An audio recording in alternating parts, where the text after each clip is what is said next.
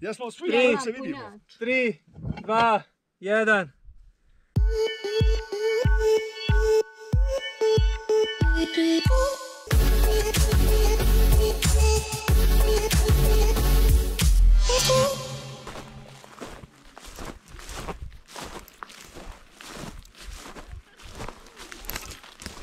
Evo nas ponovo na Visočici.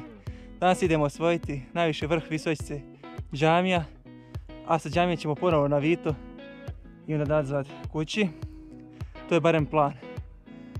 A ovdje smo u jednoj nekropoli. Kao što vidite, ovdje su stećici. Čini se da je bilo nekih reljefa, međutim, izgleda da je vrijeme to već davno spravo. Pa vidimo se na vrhu džamija.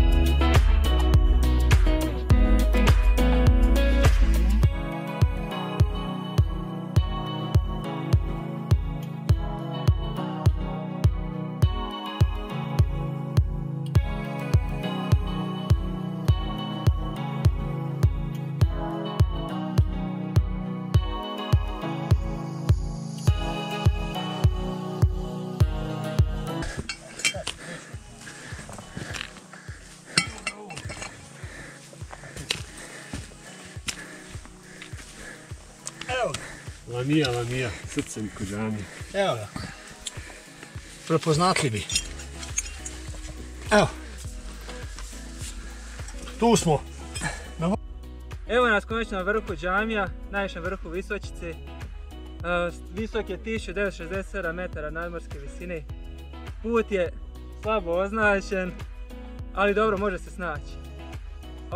Malo je naporno bilo pri kraju, početak je sasvim jednostavan, po ravnici se hoda. Pogled je prelijep. Odavdje vidimo Prenj, vidimo Treskavicu, vidimo Bjelašnicu i ovamo naš, molim? Da, i čvrsnica ova. Ovamo se možda još vidi vrh Vito na koji ćemo uskoro ići. I to je to. Eto, mi se vidimo na drugom vrhu. Lijep pozdrav, ajde! Evo, daj loći da ti nalijemo jedan infuzi.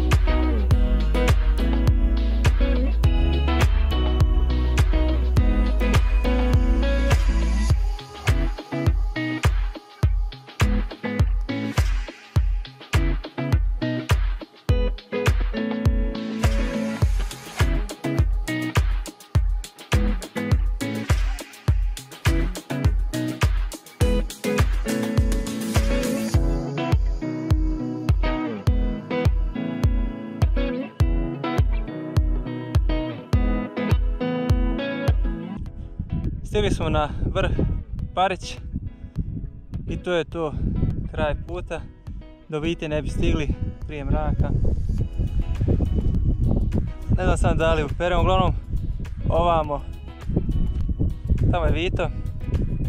Trebalo nam bar jedno sat vremena do tamo. Barić je ovdje ova skupina kamenja. A evo, malo da vidite i pogled.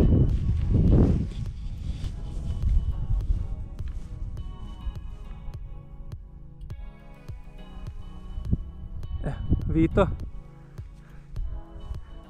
Trebalo biti ovdje, stazom dolje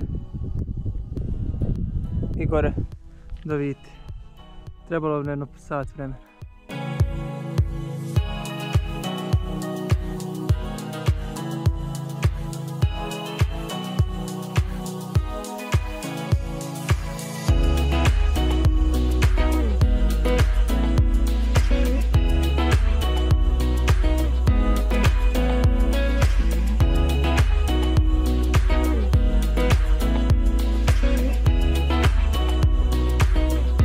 U 4:15 stigli smo do auta.